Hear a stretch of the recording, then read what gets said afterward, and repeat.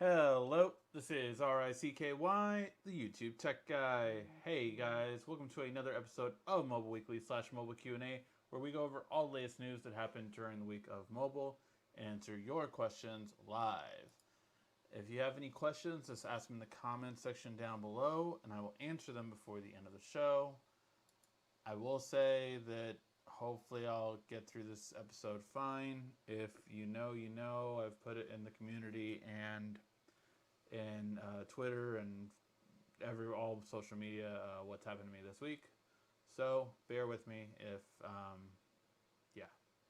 All right, let's get started with the news. So the first bit of news coming today is about a very interesting phone, and that is the Xiaomi Mi 11 Ultra. Now, this phone is really interesting for one big thing, and I will remind people that this is actually a rumor for the Note 21. A rumor. Not to say it was real, but the whole concept is because we're getting this big camera hump, to actually have it on the rear camera, you get a screen. This is a little tiny screen, and I don't know why you would ever have it on, except for when you want to use the camera.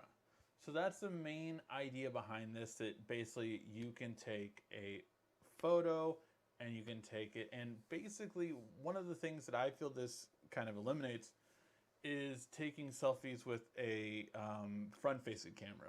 Because with the rear camera, you can then line yourself up, see yourself, and bam, take it. And this is bigger than the one that we had on the Z Flip. Z Flip had like a pill-shaped one that was probably about half the size of this and definitely shorter than this. So this one is a pretty interesting setup for that. I don't think it can replace the front camera entirely, mind you, because I think to replace the front camera entirely, you're still going to need a bigger display. For those of you who remember, I reviewed it wasn't a Xiaomi, it was a Nubia Z20 a few years back, and that one had a full display on the front and back. So basically, on the rear, I think you had, because of the cameras on top, you had a smaller, like 4.7-inch display, which was fine, like for everything you needed to do. And that one effectively made it so the front screen had no camera, because all of the video chats you needed to have could be on the rear camera, and then it was really simple and easy for that. So yeah, I'm interested in this kind of technology. It seems very interesting. It also has Snapdragon 888. It's about 750 bucks. Again, it was funny because someone I think asked me, it was either last week or the week before, about Xiaomi and do I review them or would plan on reviewing them or anything like that. And I had said I didn't like their interface. That's the main thing that kind of keeps me from reviewing them. But this kind of innovation makes me very interested. I remember when I wanted to review Vivo when they were the first ones to come out with a fingerprint scanner. New technology is always very, very interesting, and I'm curious to see how this would go, and if this would be, again, seen as like a very.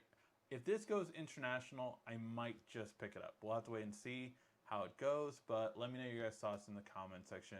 Does this interest you, this technology?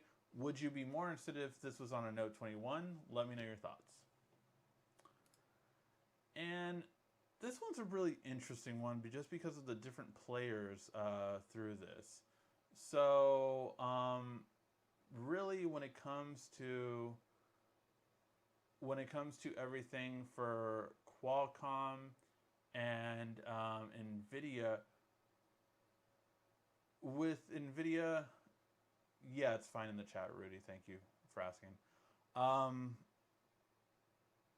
Qualcomm with Nvidia, it really is basically a very interesting process, because Nvidia is about to buy ARM processors, basically the ones that blueprint the entire thing when it comes to all mobile processors. So this is what Apple's processors are based off. This is what Qualcomm's processors are based off of, and this is what Samsung processors are based off of. Nvidia's only been buying them for $40 billion, which honestly doesn't sound like that much to me, because this is a company that's about to, whoever owns ARM is about to really kind of take over in that sense, right? Because they are, as ARM processors are going to become the predominant one when it comes to everything that is not only mobile, but it could very well take over laptops. You better believe Intel and AMD are really trying to figure out how to make ARM processors, which is difficult for Intel because they sold that division. So they are no longer making mobile processors, and then Apple comes out with this. They sold to Apple their 5G manufacturing plant. So it's really just interesting that Qualcomm, of course, sees this as a big threat, because of course the first thing Nvidia will most likely do, the audio is really low. Let me see. How's that? Is that better? Let me know if the audio is better there now.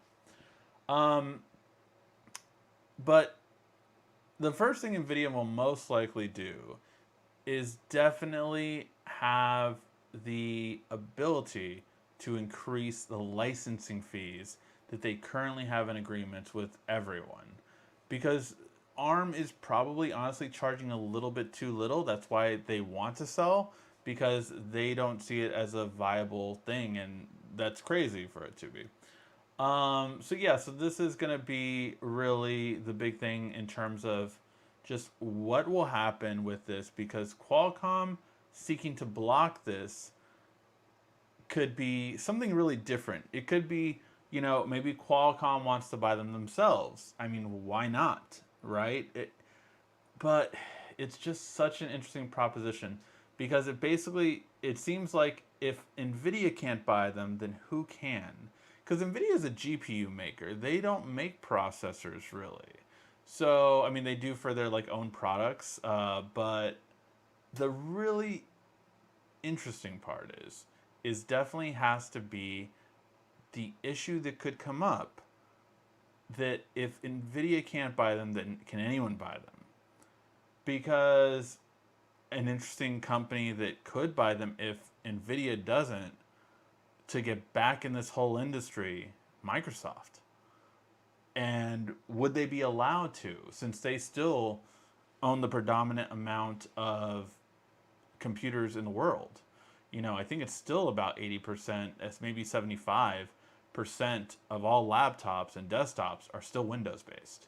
So it's a really interesting thing to see where it will go and how will this go. Because if Nvidia can't buy them, I don't think Qualcomm should be able to. I don't think Samsung should be able to, and I don't think Apple should be able to, because they have too much to gain in comparison to Nvidia.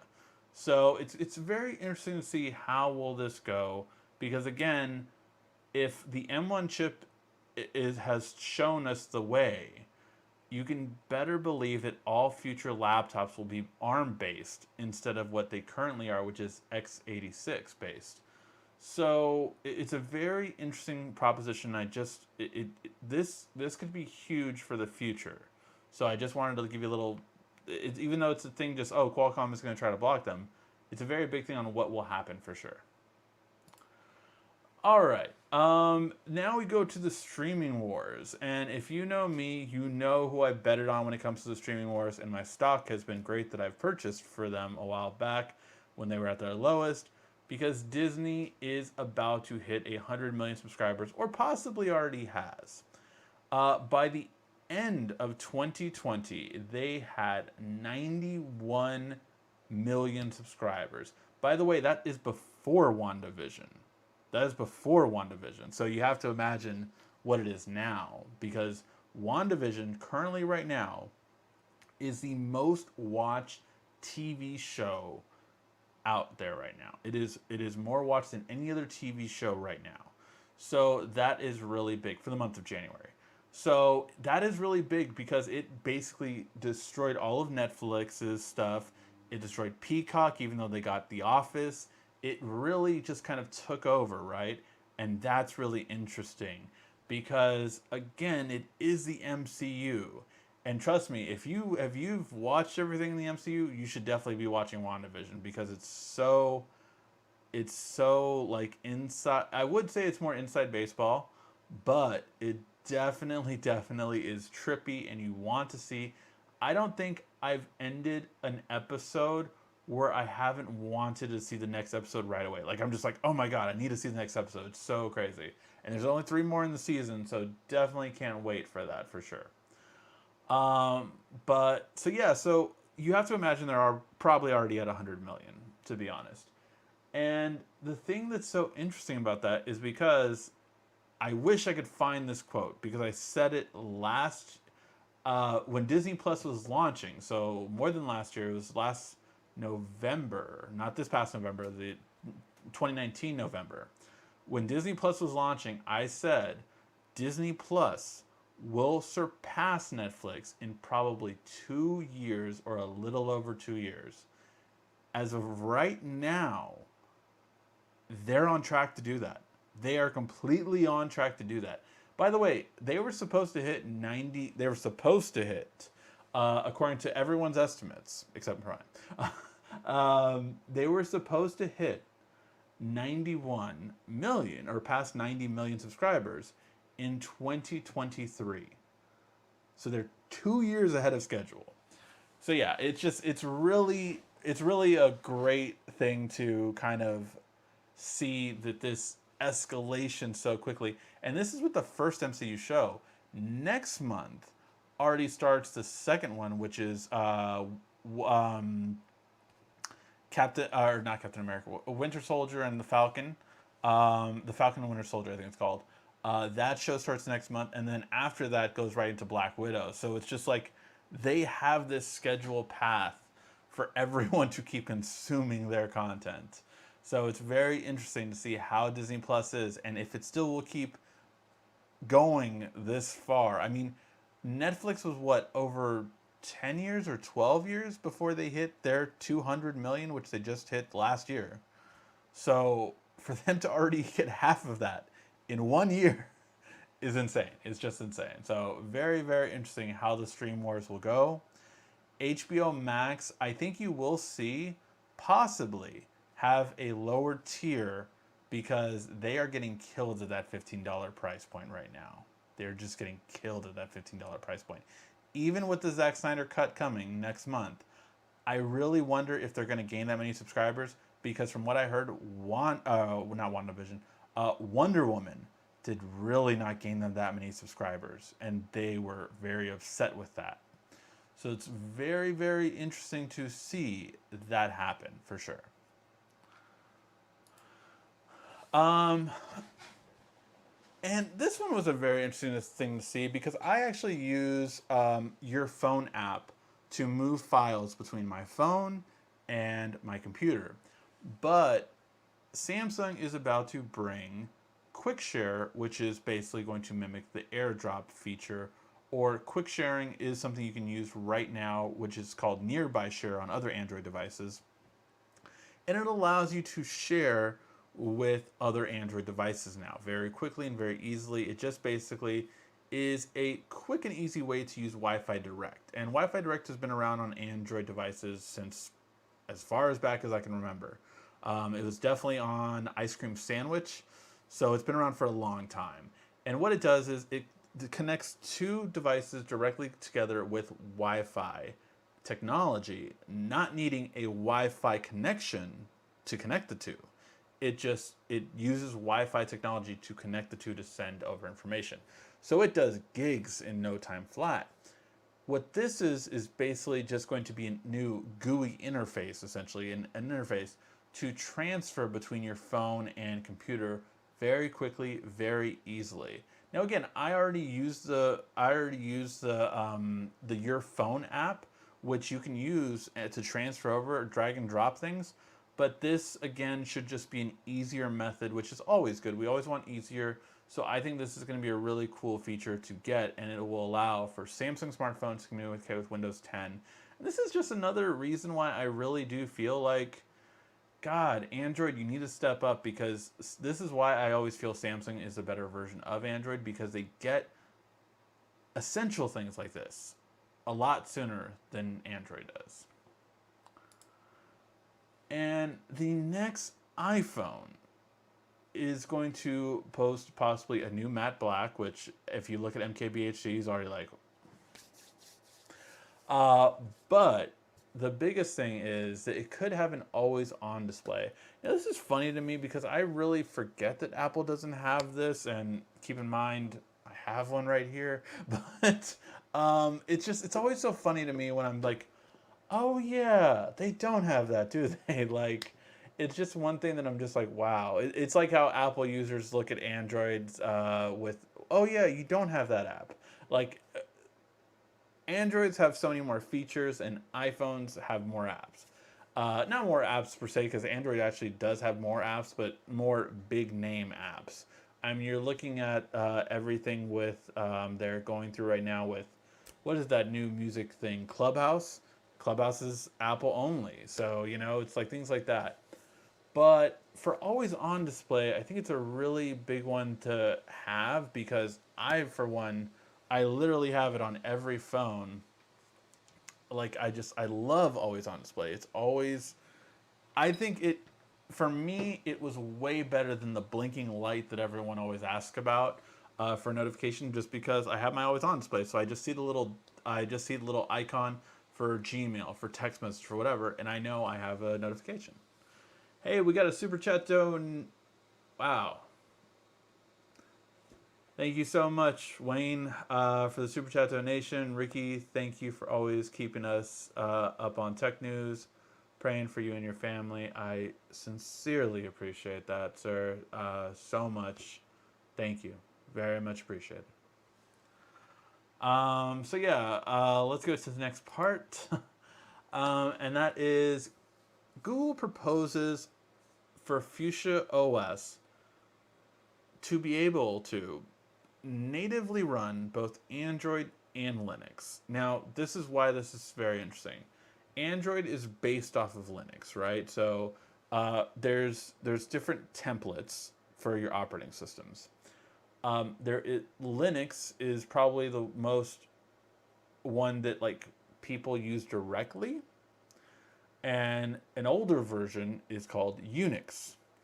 And Unix is what macOS is based off of. So here's the thing. Fuchsia OS is supposed to use a new thing, and it's not supposed to be based off of Linux like Android is or Chrome OS is. But it's supposed to now run these programs for Android and Linux natively. The reason why this is so important is because Fuchsia OS has for the longest time, and I'm talking about 5 years plus, been the one that has been said to be the bridging gap between Android and Chrome. So it would have the best of both. Ideally, you would have all desktop, websites. And ideally, I would love to see Fuchsia originally come on tablets, to be quite honest. I think that would be the place to start, and then go to laptop styles. And I don't know if you ever needed to be on a phone. I mean, maybe just Android on phone, and then Fuchsia OS becomes a new tablet-based and also Chromebook replacement in a sense. But Fuchsia is very interesting. It's been very interesting for a long time. But to have native programs for Android and Linux run is a very interesting proposition that means it could really, quite literally, be one of the best operating systems when it comes out. And again, this has been talked about for 5+ years, so I am not holding my breath on it coming out anytime soon. But it looks like when it does, it can be very, very big for that reason. All right, guys, that was the news. Now start asking your questions in the comment section down below, and I will answer your questions before the end of the show.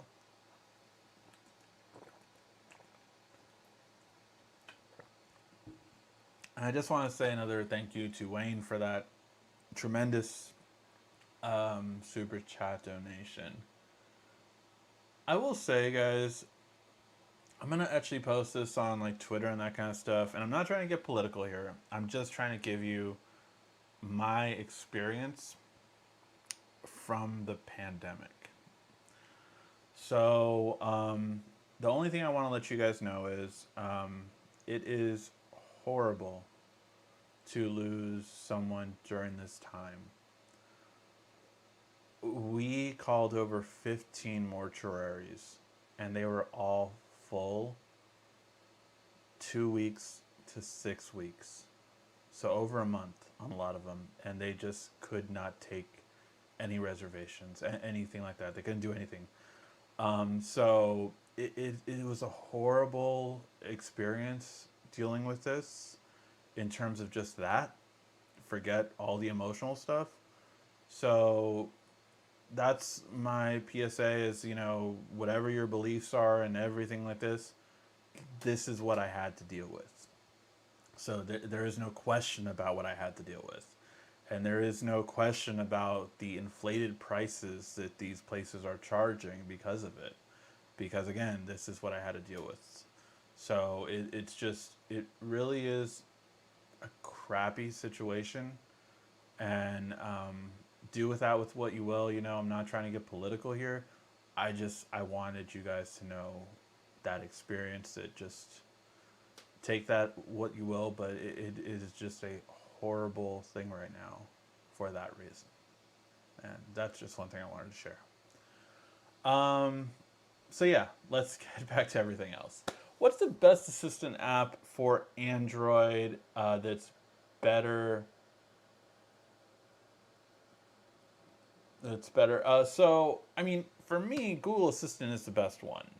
I mean, look, I don't mind Bixby for certain things. I think Bixby routines are better than Google app routines, to be quite honest. I think they could do a lot more in terms of your smartphone. But overall, it's Google Assistant. I mean, I use it. I actually have set up Alexa in my mom's house. So she has now an Echo Show because I did get her the Ring Cam for Christmas.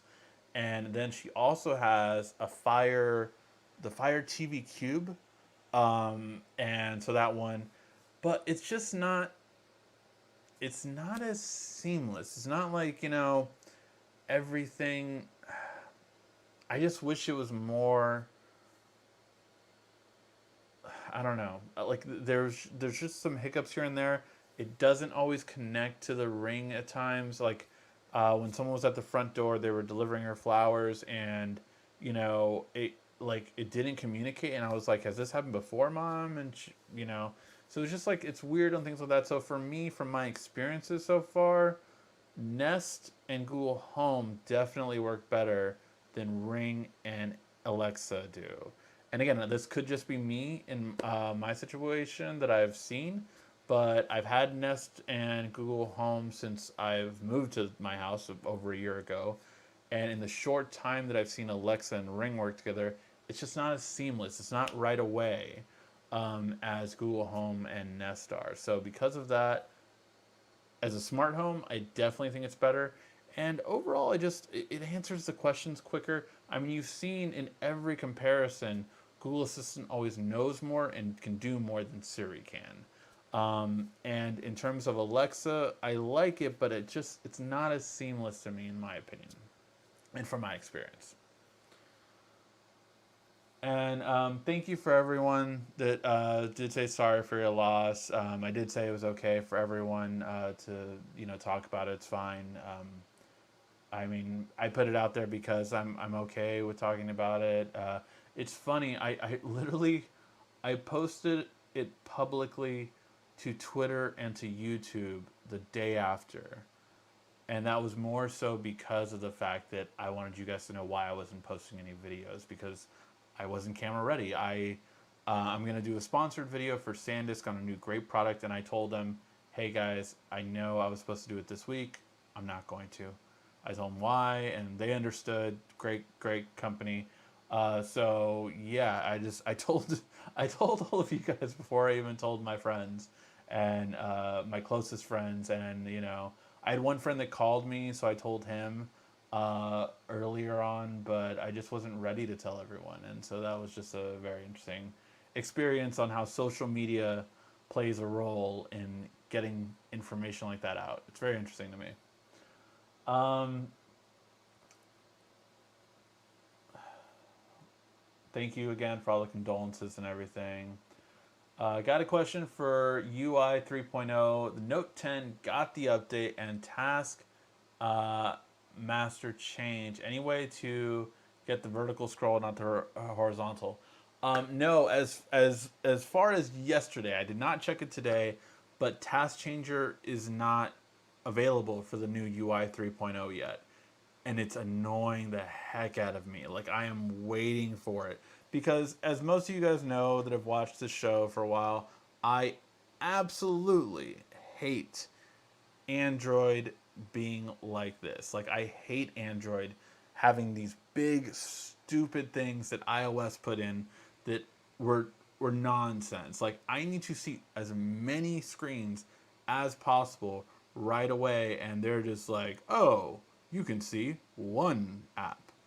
So yeah, I can't wait for Task Changer to go. I will check on it right now, even though I doubt it. But yeah, if you download Good Luck, I've sideloaded Task Changer, and it still does not come up. And no, it does not come up right now either. It's just not compatible yet. I hope it is soon, because yeah, I absolutely cannot stand it. But yeah, if you actually search Task Changer, it is not available yet on the store. So yeah. What's the best dating app for Valentine's Day? Well, of course, I am going to say 50 First Date Questions, because if you have a dating app that you are using for Valentine's Day, if you have a first date, it is a great app, and of course, it is the app that I made, so I'm going to say that. It's a great app, free app on Android or iOS. And yeah, that is a great app to be on a first date with, or again, I've said for many years, be on the 10 years down the line, like me and my wife have been. I remember we actually played the game again 3 years ago, and our answers were both really different from what they were when we met. So yeah, it's really interesting to see how things can change at times and how all of that stuff can change. So 51st Date Questions, down link below. Now, if you are talking about like a dating app like to find someone, honestly, I met my wife through a dating app. I don't know if I've ever said that on here, but my wife and I met on, what is it called? What was it called? OK Cupid. That was one we met on, and I'll still never forget two things I noticed that we had in common was, at the time, we had both recently had Mustangs, and we both loved House MD. So that was the thing. So yeah, when they say like, "Oh, those never work out" or all that stuff in catfish, look, this I will say that, I mean, we met more 10 years plus. So right, so it was way before all of the Tinder, Grinder, Bubble, all those kind of ones. All of these dating apps that got even crazier and crazier. Plenty of Fish was just coming out around that time, and again, there weren't apps for it. It was really websites for it. So yeah, very, very different for sure.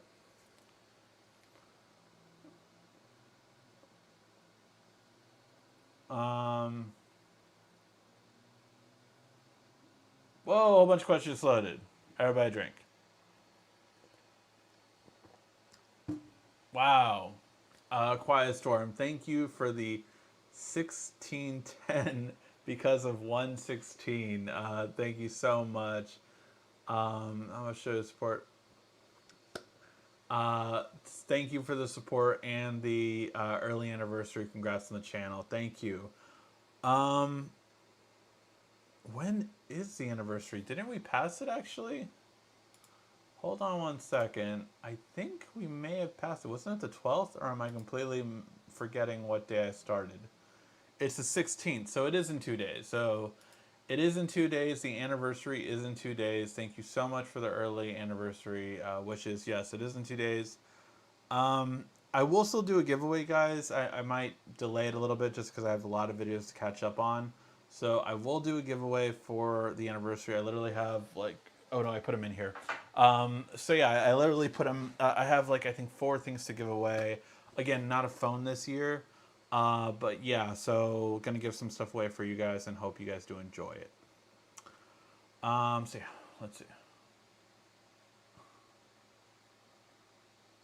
Doesn't AT&T give Disney Plus away for free? No, I believe Verizon's the one that gives Disney Plus away, and that was for a year. Unless they just, I know that that ended, like that deal ended with them. So I'm not sure if they went to AT&T now. But yeah, I mean, every streaming service gives at least one, or every carrier gives at least one streaming service away. T-Mobile gives Netflix. I think Verizon now is going to give Hulu as a difference instead of Disney Plus, and AT&T. I'm not sure which one they give away because I know they're going away from the DirecTV Now thing or the AT&T Now. So I'm not sure what they give away, but yeah, like even like streaming services. I think I know Verizon gives away Apple Music. I think you get Tidal with T-Mobile, or you did. I know that was part of Sprint. So, but yeah, all of them give something away in that sense. So yes, you're right. Not all of them particularly are paying, but still, I think what really gives Disney Plus a big head start over a lot of others is they're only $7.99. And I mean, I got a special deal where I only pay $3.33 for 3 years, because I was one of the founding people for Disney Plus. So I I mean I obviously I if I could keep paying in advance I would, because I guarantee you by next year they're probably going to raise the price to $9.99 at least. And you know what? By then they'll probably have enough content that people will still be paying it. So yeah.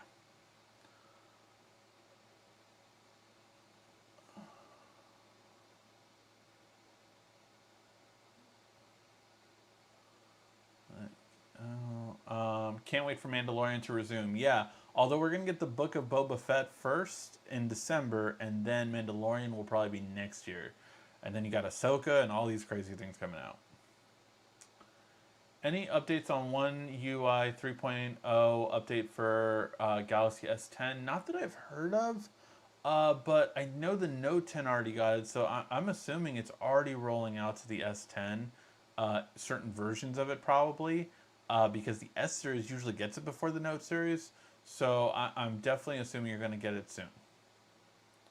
How many ways does Samsung have to share devices? Quick share, nearby share, music share, link to Windows, Bluetooth, link sharing, possibly missing a few. Love my Samsung. Yes, you will always have so many ways of sharing stuff. That's true for sure. It's nice to have options within the operating systems. Yes. No, it's really nice to do it between the phone and that. Your phone app has come a long way in a year. I really hated it even 4 months ago, but then they had a really big update that fixed a lot of the issues recently. I want to say it was around November, December, and it's worked a lot better since then. So I've been a lot happier after that, for sure. Because they didn't have the ability, like, I kept switching phones, and so it really got confused, and it was like, where's your other phone? I'm like, I don't have that phone anymore. Connect to this phone. And it wasn't able to do it, and it was just so annoying. And now it's good. It's just like, oh, how many phones do you want to connect to it? I'm like, this is right. So yeah. Um,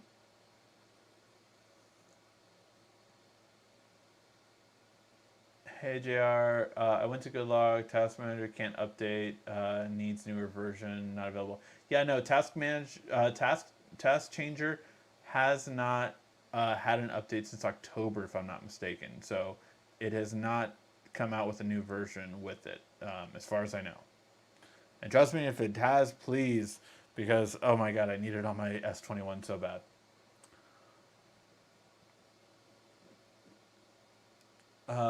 Still had a bit on the gift card. Thank you again so much, Quiet Storm. I really do appreciate it. Um, The S21 sales seem inflated, fake in the sense it appears Samsung discounts heavily to carriers to let them offer super discounts for a 2-year contract. And yeah, I mean, Samsung really always does discount their phones. I mean, and that's one thing, at least in the. Samsung is one of the best phones to pre order. Because if you think about it, you get more money from your trade in than most other places will give you. I mean, I think I got what for my mom's phone? It was the S10. I think I got like 600 for it or 550, something like that. So I was just like, I mean, that's the regular S10 got that much for it. So it was great for the price, right? Because I mean, then for the $1,000 phone, I'm only paying 400 plus tax. So that was really like, okay, right now is the best time to get it, kind of thing. Or no, not four, it was 300. I'm beginning to think of the S20 One Plus. For the S21, I think it was 300 after tax. So yeah, it really, although they are a lot bigger, I think that's when they peak also. Because I don't think Samsung sells on a steady basis as much as Apple does. I think they sell everyone that wants an S21 gets it right away, and you could see that because they were back ordered. I mean, they're still back ordered if I'm not mistaken until the end of this month. And then I feel like they kind of take a dip after that because everyone that wanted one got it, and they don't have the kind of numbers that of course Apple has in terms of continuing to have that. It's why some of the quarters when the phone releases they drop off afterward. Note 21, it is still a possibility, although not a guarantee for sure. um what is the best spy cam on Amazon? I do not know. I've never needed a spy cam, never wanted to get one. I think it was, who did a really good episode on it? Was it Austin Evans? I think he had like all these different spy cams, and it was very interesting. Austin.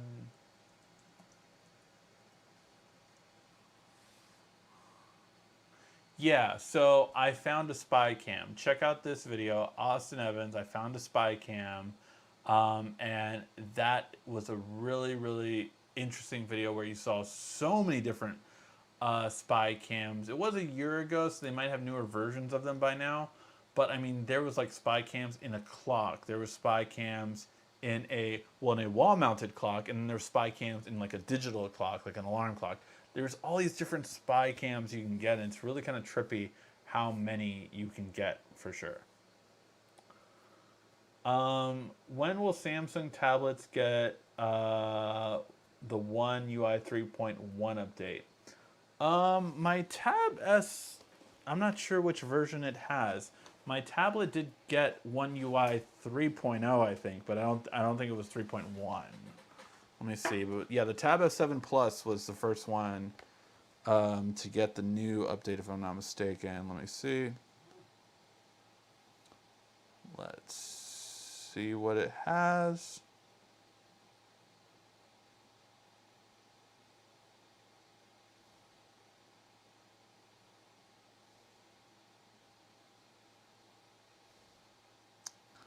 Software. It has 3.1. So the Tab S7 Plus does have 3.1. Mine needs charging right now. But it does have 3.1. So yeah, when will the other tablets get it? Probably as time goes on. I'm guessing within the next. This one just got it this month, February. So I'm guessing the Tab S6 and Tab S5 should get it within the next 2 months, maybe, and then kind of keep going after that.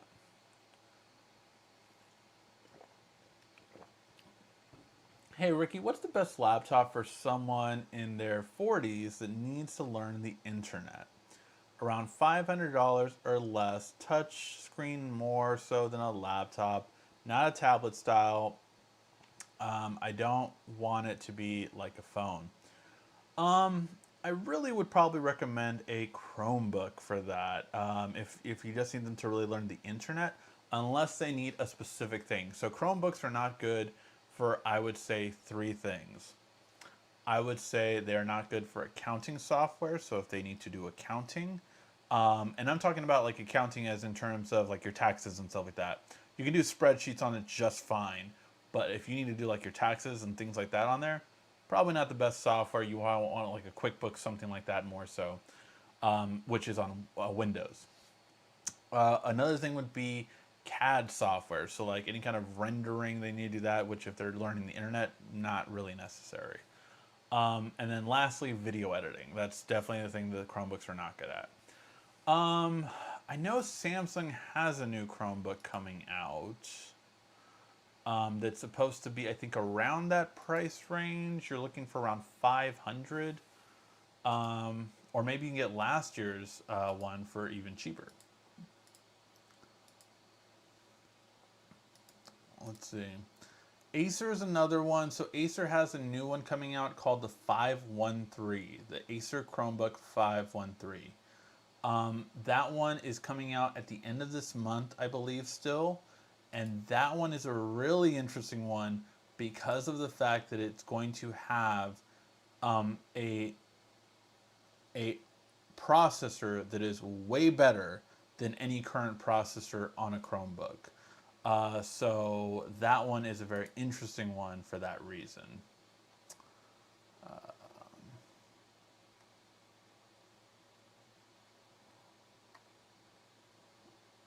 Let's see. Chromebook 2 is the new one that's coming out. Let's see what the price is. So yeah, this one starts at $549. It's 64 gigs of storage. So not the most storage, but you do have an SD card slot, so you can add on for that one. And that one is an amazing quality. It's touchscreen. And if you have an old phone or a tablet to trade in, you can actually get it cheaper as well. So that is one to take a look at. And so it's the Galaxy Chromebook 2. Give you a quick link just so you can see.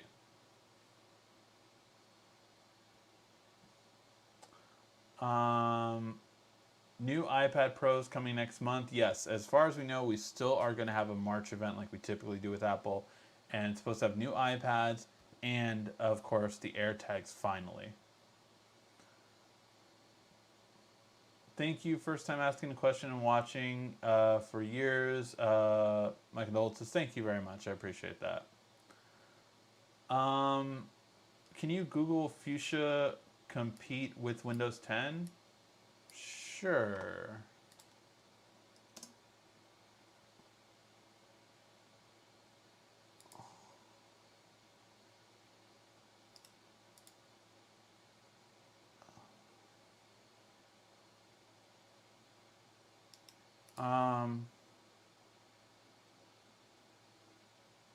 I mean, I see a lot of different articles on it, so I can't go through it right now. There wasn't like a specific video or anything like that that popped up.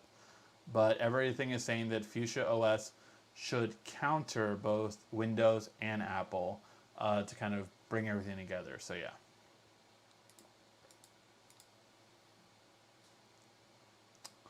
All right, guys.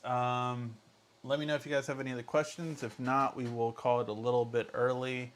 As I said, gonna catch up on videos. I didn't get to do my review for the S21 still. I hopefully will have that by next weekend, and also the hidden features video. Have to do some cases too. I got so many cases for this phone. Check it out because we're gonna have all the best cases for it in the end. And yeah, just a lot of videos coming throughout the week. Thank you for understanding on all of the delays, and I do appreciate that. Can you do a room tour, LOL? I am going to be doing a room tour now that I'm finally 95% done with this now. I'm going to test out. I got a new light, new stand, and everything like that, so hopefully I will have a better looking set when you see videos at the end of the week. The videos you see tomorrow and the next 3 days were shot prior. But yeah, so it definitely I am doing one, but it is going to be for members. That's one of the cool things about the membership that I have is for the, I think it's the second tier, which I think is like $2 a month. You get to see some extra videos. So I did the tech drive video, should go up tomorrow, that I did. And that video is pretty interesting because it's a really background video that a lot of people have always asked me for. And can you make a living off of YouTube? And I really break down and I kind of go over exactly what you need to do to make a living off of YouTube and when you could. So yeah, I definitely have experience from that. And then also going to be getting again, once the set is complete, some background scenes and just kind of like everything and how the setup is all around. I have done a room tour in the past of my old setup, so you can check out that right now on the channel. But if you do want the new one, that is going to be, again, some behind the scenes stuff I'm doing for the membership of the channel. My friend recently is going to buy the A71 for $450. I told him, no way, let's go to Best Buy and see if we can get a better deal. Open box. He was happy. He bought a Note 20 for $570 plus. That is a great deal for that price, and definitely a good thing you did that for him because, yeah, it's a great price for that for sure. Is the S21 Ultra a good replacement for the Note 21? I'm assuming you mean the Note 21, not the Note 20 from last year. But is it a good replacement? No.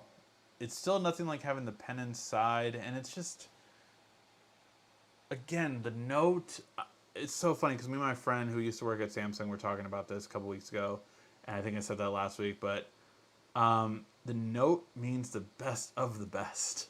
So that's really the big thing, is like the Note is the best of the best, and no matter what, Ultra isn't that. Like, it's not. And the Fold isn't going to be either. The Fold isn't going to have as good of a camera as the Ultra did. So there is just, they're not at a place yet where they can replace the Note. They're just not. The guy, the main person, the president of Samsung that wanted to get rid of the Note apparently is the one who got locked up for 2 years. So we don't know. No one really knows if it is indeed true that will there be a Note or not, because Samsung doesn't know yet. So yeah, they have prototypes for it. They do. So we'll see. Did I like the Xiaomi Mi 11? Again, I went over the alleged Ultra version of the Xiaomi Mi 11, but yeah, I mean, for the regular Xiaomi Mi 11, I haven't really checked it out. I mean, it's $800, the international version. I don't know. For me, let's see. $800 for the international version. Has a Snapdragon 888. Has a 100 megapixel camera. 4,600. I mean, it's definitely not bad for that price. It's just, I don't like Xiaomi's interface, and this phone wouldn't get me to try it out. If that Ultra does come out internationally, I honestly might take a look at it. Very curious to see that. What phone should I buy, or sorry, what phone should I upgrade to? I have an S10, by the way. I mean, from the S10 to the S21, you're definitely getting a better camera, good battery life, definitely better software updates and everything. So I think for the price, the S21 is a really good one to go with. If you do want the best of the best right now for Samsung and you want a bigger screen, the Ultra is definitely the way to go for that purpose. And it really is just the best phone currently on Android, in my opinion. Alright guys, I think we will call that a show. We got lots of fun stuff coming out. The Fan Edition, I'll have the Ultra over it. It will be less features, right? Yeah, so we don't know what the Fan Edition would be. There's rumors right now that there is a version of the Fan Edition that is being worked on. And you just have to wonder, what are they going to take away from it that the S21 doesn't have, because they have to make it $100 to $200 cheaper, and I think you're probably going to get the processor difference. You're probably going to get the 730 instead of the 888, or 730 or 735 now. I forget what this year's version is of the 700 series, but you're probably going to get that one, and that one will be definitely a great phone, and definitely will be amazing phone for the price. Again, through last year, through those Christmas deals, it was insane. Like, to get, I think the FE went down to 500 without a trade-in. So that was just insane, because that was such a great price for that phone. And then if you had a trade-in, I mean, you basically got it for $200. So yeah, there's definitely a lot of great things to hope for with the S21 FE. And my guess is, again, they're gonna just lower the processor and maybe some other things, but the processor is probably gonna be the biggest difference that we'll see. Alright guys, thank you again so much for watching, and thank you for all the well wishes. I really do appreciate it. It's been a heck of a time, and yeah, just thank you guys so much. I really, really do appreciate it. Thank you as always so much for watching. This has been RICKY, the YouTube Tech Guy. Thank you for watching our video. If you liked it, why don't you go ahead and subscribe up there. Make sure you follow us on social media right here. And of course, check out our latest video up there. And right down here, you're going to find the perfect video for you.